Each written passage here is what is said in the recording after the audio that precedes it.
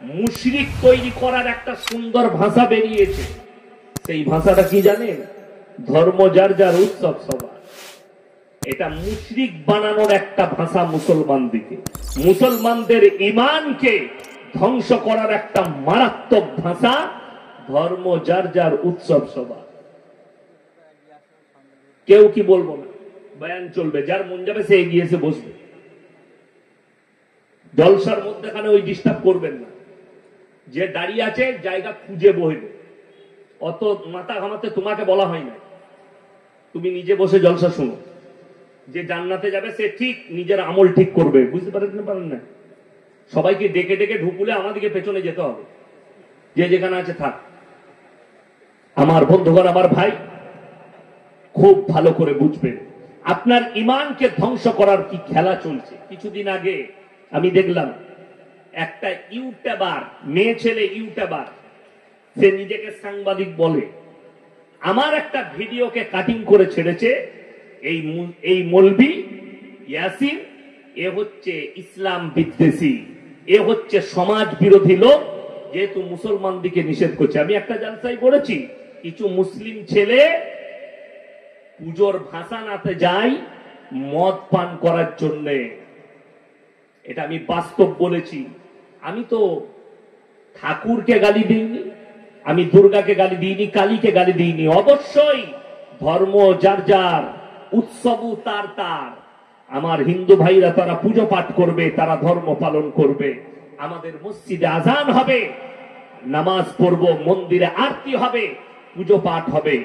কিন্তু জেনে রেখে দিবেন, যে নেমো খারাপ মুসলমানরা মৌলবীদিকে গালি দিচ্ছ, যে এরা বলছে পুজোয় যাওয়া যাবে না, পুজোর অনুষ্ঠানে যাওয়া যাবে না, মনে করছেন আমরা সমাজ বিরোধী, আমরা আগুন লাগাচ্ছি সমাজে।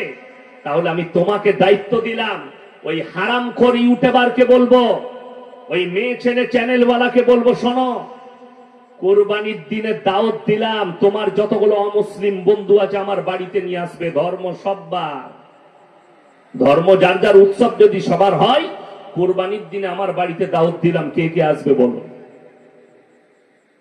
একটা মোটা দিকে ষাঁড় জবাই করব, দিয়ে রান্না করে খাওয়াবো। সমাজ কি বলবে? ইসলাম কি বলছে? কার ধর্মকে গালি দিতে শিখাইনি। 1.5 লাখ থেকে 2 লাখ বয়ান ছুটছে, কোন বাপের বেটা মায়ের লাল দেখাতে পারবে না আমি কারো ধর্মকে গালি দিয়েছি, কারো দেবদেবীকে গালি দিয়েছি। উপরন্তু আমি বলেছি ইসলামে আছে তোমরা কারো দেবদেবীকে গালি দিও না, কারো ধর্মকে গালি দিও না। কিন্তু তারটাকে মেনে নেও না, রাসূলের হাদিস শুনেলেন। তোমরা দেখো না তোমার বাড়ির পাশে কে আছে, হিন্দু হোক, দলিত হোক, আদিবাসী হোক, যে ধর্মেরই হোক, ক্ষুধার্ত হলে খাবার দাও, বস্ত্রহীন হলে বস্ত্র দাও, বিপদে পড়লে পাশে দাঁড়াও। আল্লাহ তাআলা কোরআনে বলেছে, কোন মানুষকে যদি অন্যায় ভাবে হত্যা করে, এখানে আল্লাহ ধর্ম বলেননি, কোন ধর্মের কথা বলেননি, শুধু মানুষের কথা বলেছে। কোন মানুষ যদি কোন মানুষকে অন্যায় ভাবে হত্যা করে, সে যেন গোটা মানব জাতিকে হত্যা করলো। আর কোন মানুষ যদি কোন মানুষের প্রাণ বাঁচায়, সে গোটা মানব জাতির প্রাণকে বাঁচালো। চলে বলুন সুবহানাল্লাহ। এটা আমার আল্লাহর নিদান। অর্থাৎ ইসলামকেও কি কষ্ট দিতে শিখে। কোরবানির সময়, ঈদের সময় ইমাম দিকে থানায় ডাকা হয়, হয় না? হয় না? যে সমস্ত ইমামরা আছেন তেনারা জানেন, ইমাম দিকে থানায় ডাকা হয় কেন? আপনারা বলবেন কোরবানিতে আমাদের মূল আমল হচ্ছে পশু জবহ করা। জবহ করি না, এটা হচ্ছে আমাদের একটা বড় সুন্নত আমল, আমরা করি কোরবানির দিনে।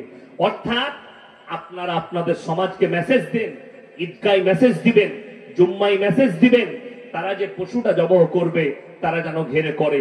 আমরা তো বলি ইসলাম কারো ধর্মকে আঘাত দিতে শিখাই না, কেউ কি শিখাই না। তোমরা পশু জবহ করলে ঘেরে নিবে, জায়গাটা ঘেরে দিবে, কোন ভাই যেন তোমার ধর্ম পালনে কষ্ট না পায়, এটা ইসলাম শিখিয়েছে। কিন্তু কোরআনে আছে লা ইলাহা উলাই ওয়া লা ইলাহা উলা, তোমরা দুটো নৌকায় পা দিও না। যারা দুটো নৌকায় পা দিতে চাইছে, অনেকজন বলে আরে ইলেম বাজারে গিয়েছিলাম পুজো দেখতে, আমরা তো পুজো করিনি, শুধু ঠাকুর দেখেছি, মেলা দেখে পালিয়ে এসেছি। এ দারুণ কথা। মৌলবীরা কি জানে, ইমামরা কি জানে, এরা মূর্খ। আমরা তো গেছি।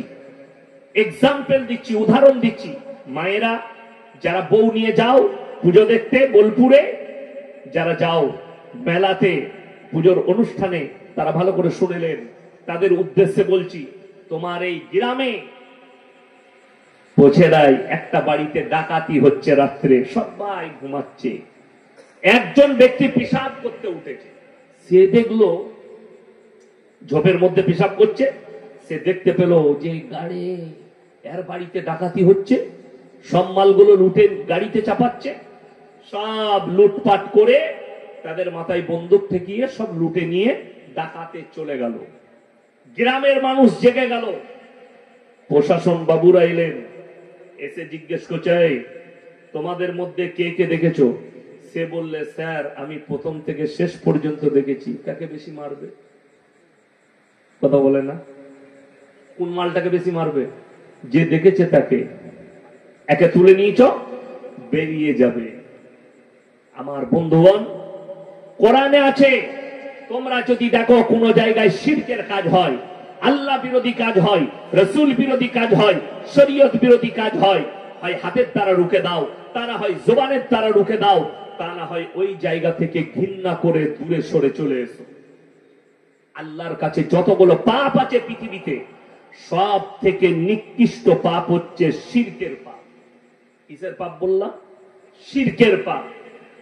একটা মাস্টার নিজেকে বলছে, সে দেখলাম আমার বিরুদ্ধে বলেছে, ওগুলো তো মাস্টার লয়, গরু আমার কাছে। সামনে পড়লে বুঝতে পারত। একটা গরু কলকাতা, দেখলাম ওই মেয়ে ছেলের চ্যানেলটাই এসে আমার জন্য বলেছে, আগে অ্যারেস্ট করা দরকার, একে এই করা দরকার, তোর বাপের হিম্মত থাকলে আজ আমাকে অ্যারেস্ট করবি। একবার সামনে বসে দেখ, তোদের মতো মাস্টার পিশাব করে বেরিয়ে যাবে যদি ইসলাম নিয়ে বসিস। মাস্টার আছিস, মাস্টারি কর। কোরআন হাদিস নিয়ে ঘাঁটতে এসো না, আর আমাদের সঙ্গে লাগতে এসো না। পায়খানা ঘর খুঁজে পাবে না, ছেঁড়া নিয়ে বেরিয়ে যাবে। ঢেকে দেবো দলিল দিয়ে। সে বলছে এরা নিষেধ করছে, ওই জায়গায় যাওয়া যাবে না। আমি আবার নিষেধ করছি যে একটা অপরন্ত কি বলছে, মুসলমানরা এই মৌলবি কি দেখতে পাই না? মুসলমানরা কবরে সিজদা করে, মুসলমানরা গাছে সিজদা করে।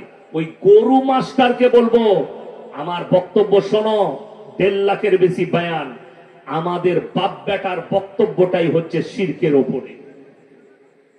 শিরককে মুছার জন্যে, শিরক মুক্ত জীবন গড়ার জন্যে আমার তো প্রত্যেক বয়ানে আছে।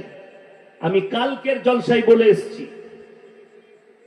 যে আমার ভাই খুব ভালো করে বুঝবেন, একটা মুসলমান সে গাছতলায়, আপনাদের বীরভূমে পাবেন, গাছের গোড়ায় মাটির ঘোড়া রেখে সেখানে সিজদা করছে, আগরবাতি মোমবাতি দিচ্ছে, সিজদা। বলছে আমরা দিনের কাজ করছি। কেন? বলে এখানে পীর সাহেব আছে। ওই যে গাছের গোড়ায় ধূপবাতি দেওয়া হয়, আগরবাতি দেওয়া হয়, ওখানে পীর সাহেব থাকে না, ওখানে খবিস জিন্নাত থাকে, শয়তান থাকে। আমি বলে যাচ্ছি। আর ইসলামের সব থেকে বড় নিকৃষ্ট পাপ, একটা অমুসলিম ভাই সে মাটির মূর্তি তৈরি করে সেখানে সিজদা করলে এটা ইসলামী শরীয়তে শিরক, এবং তার সাপোর্ট যারা করবে ওই শিরকের হিস্সাদার হবে। তার যারা সাপোর্ট করবে, তার যারা গুণ গাইবে, তার যারা সাথ দেবে, তারাও ওই হিস্সাদার হবে। ইসলাম এটাকে স্বীকৃতি দেয় না। আল্লাহ এক এবং অদ্বিতীয়। ইব্রাহিম আলাইহিস সালাতু ওয়াস সালামের বাপের 3টে কাজ ছিল, মূর্তি তৈরি করা, মূর্তি বিক্রি করা, মূর্তির উপাসনা করা। যার কারণে কোরআনে আছে ইব্রাহিম নবী নিজের আব্বাজানকে দাওয়াত দিয়েছেন, কি বলে? ইসকালা লিয়াবিহি ইয়া আবাতি লিমা তা'বুদু মা লা ইয়াসমাউ ওয়া লা ইউবসিরু ওয়া লা ইউগনি আনকা শাইয়্যা। হে আমার আব্বাজান, আপনি কার উপাসনা করছেন? হাত পা নাড়তে পারে না, কথা বলতে পারে না, নিজস্ব কোনো যোগ্যতা নেই, তার চলার ক্ষমতা নেই, আপনি তার উপাসনা করছেন? এটা শয়তানের রাস্তা। আমার আল্লাহকে বিশ্বাস করুন, একমাত্র আমার আল্লাহই হচ্ছেন সিজদার যোগ্য, ইবাদতের যোগ্য। এই রাস্তা ছেড়ে আমার আল্লাহকে বিশ্বাস করুন। ইব্রাহিম আলাইহিস সালাতু ওয়াস সালামের আব্বাজান মেনে নেয়নি। আমার বন্ধুগণ, আমার ভাই, আমি কালকে বুঝিয়েছি।